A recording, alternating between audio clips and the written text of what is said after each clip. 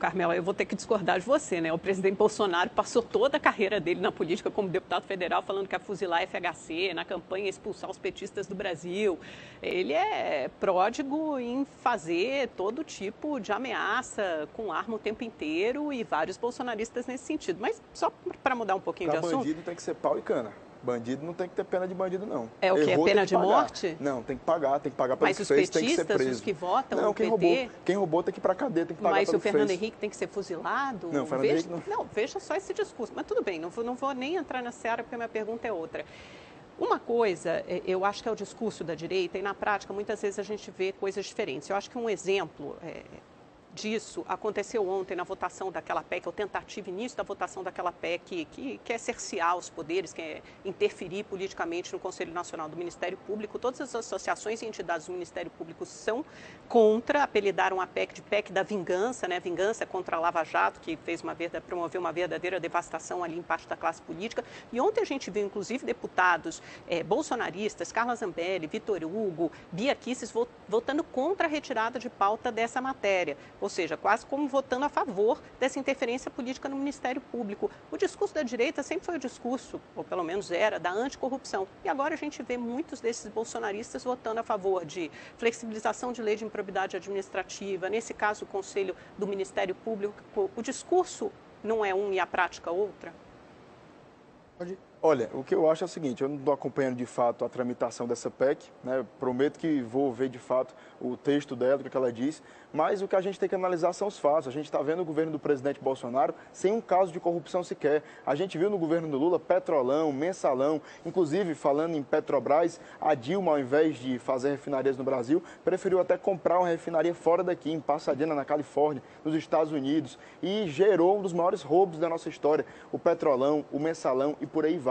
Inclusive, falando em refinaria, o Luiz Inácio Lula da Silva prometeu uma refinaria para o estado do Ceará. E eu tenho certeza que se no Brasil a gente tivesse mais refinarias, o preço do combustível seria mais barato, Nicolas. Sabe o que foi que ele fez? Não entregou, sequer saiu do papel. As refinarias que o Lula fez, ele roubou, enganou o povo brasileiro. Então a gente está vendo um governo anterior de falsas promessas, de ilusão e de corrupção, e agora um governo honesto, que tem o compromisso com o combate à corrupção, até porque dá o exemplo, não rouba. Está enfraquecendo a Lava Jato e o Ministério Público. E aí? Bolsonaro não manda no Ministério Público, no Supremo Tribunal Federal. Vocês acham que o Bolsonaro manda em tudo? Não, qual são o esses poder deputados... que ele tem para enfraquecer a Lava Jato? São os deputados bolsonaristas, Amanda, quem enfraqueceu a Lava Jato foi o Supremo quando mandou soltar o Lula. Quem enfraqueceu a Lava Jato foi o Augusto Supremo Aras mandando quando soltar desmobilizou todas as foi o forças-tarefas Supremo e mandando apoiador soltar do quem a Bolsonaro. Lava Jato prendeu. O presidente Bolsonaro não manda no Ministério Público, não manda na PGR, não manda no Supremo. Agora tudo é culpa do Bolsonaro, né? É difícil. Eu nem mencionei o presidente Bolsonaro, mencionei deputados bolsonaristas, mencionei agora o Augusto Aras e o próprio presidente Bolsonaro. Não, e o próprio presidente Bolsonaro que faz vista grossa e não deu um pio sobre essa PEC. Mas vamos lá. Eu acho que a esquerda é muito boa de propaganda. A grande questão é o seguinte, eu não estou acompanhando também essa PEC, eu vejo que se o deputado Carlos Zambelli, Major Vitor Hugo, que seja, votou de uma forma que seja incoerente com aquilo que a direita tem empregado, é chamar eles aqui e perguntar, eu não vou responder por eles, porque eu também não estou acompanhando isso. Agora, poxa, falar sobre corrupção ou combate à corrupção no governo Bolsonaro e tentar, sabe, descredibilizar talvez o governo com relação a isso, ou talvez a base, eu acho que é injusto, sabe? Porque aquilo que o presidente e a base têm feito, de fato, é não roubar. Sabe, não combater corrupção, não deixar roubar. E o combate então, por exemplo, à corrupção, você vai desmontar, promover esse desmonte no Ministério Público? Então, é isso que eu estou dizendo. Quando você vê, de fato, o que está acontecendo hoje aqui no Brasil, e aquilo que acontecia anteriormente, e não é um discurso, se não for Bolsonaro, tudo mais, o PT vai voltar, por mais que isso seja, de fato, uma realidade.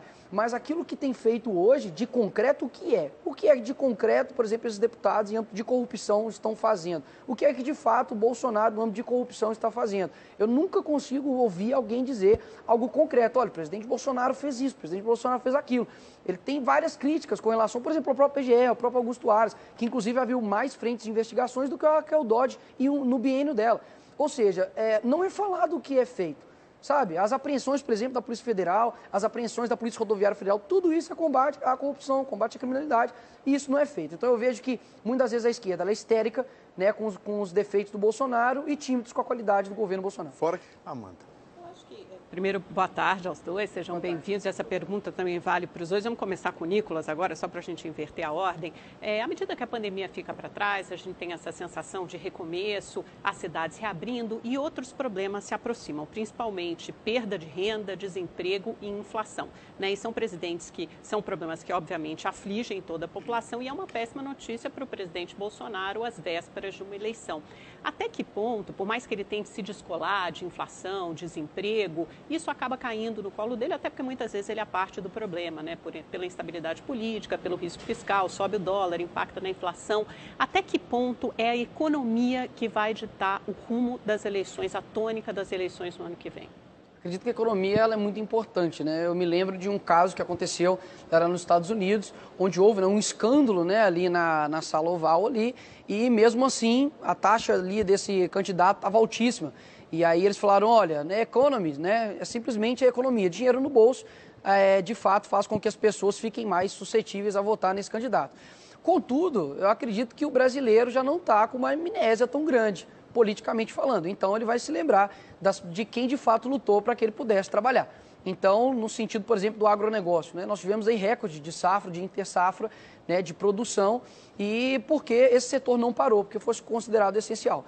Então, por mais que, obviamente, isso respinga no presidente com relação à inflação, etc., mas eu vejo que quem de fato emplaca com relação, por exemplo, ao dólar, são dois aí fatores. Primeiro, o próprio Banco Central dos Estados Unidos e também com relação à estabilidade do nosso país, política que gera o aumento do dólar. Ou seja, isso impacta diretamente na economia e quem está gerando isso eu não vejo que é o presidente. Eu vejo que quem tem tomado aí decisões contrárias à vontade da população e gerado uma instabilidade, principalmente jurídica, é o STF, Congresso e Senado e não o presidente. É claro que eu não estou falando aqui que ninguém cometa erros, ninguém cometa excesso, mas eu vejo que as pessoas vão se lembrar daquele que alertou para que o vírus mata, mas também o desemprego e a fome mata. E agora nós chegamos no fica em casa e economia a gente vê depois. Esse depois chegou e agora eu acho que as pessoas não irão esquecer de quem batalhou para que eles trabalhassem.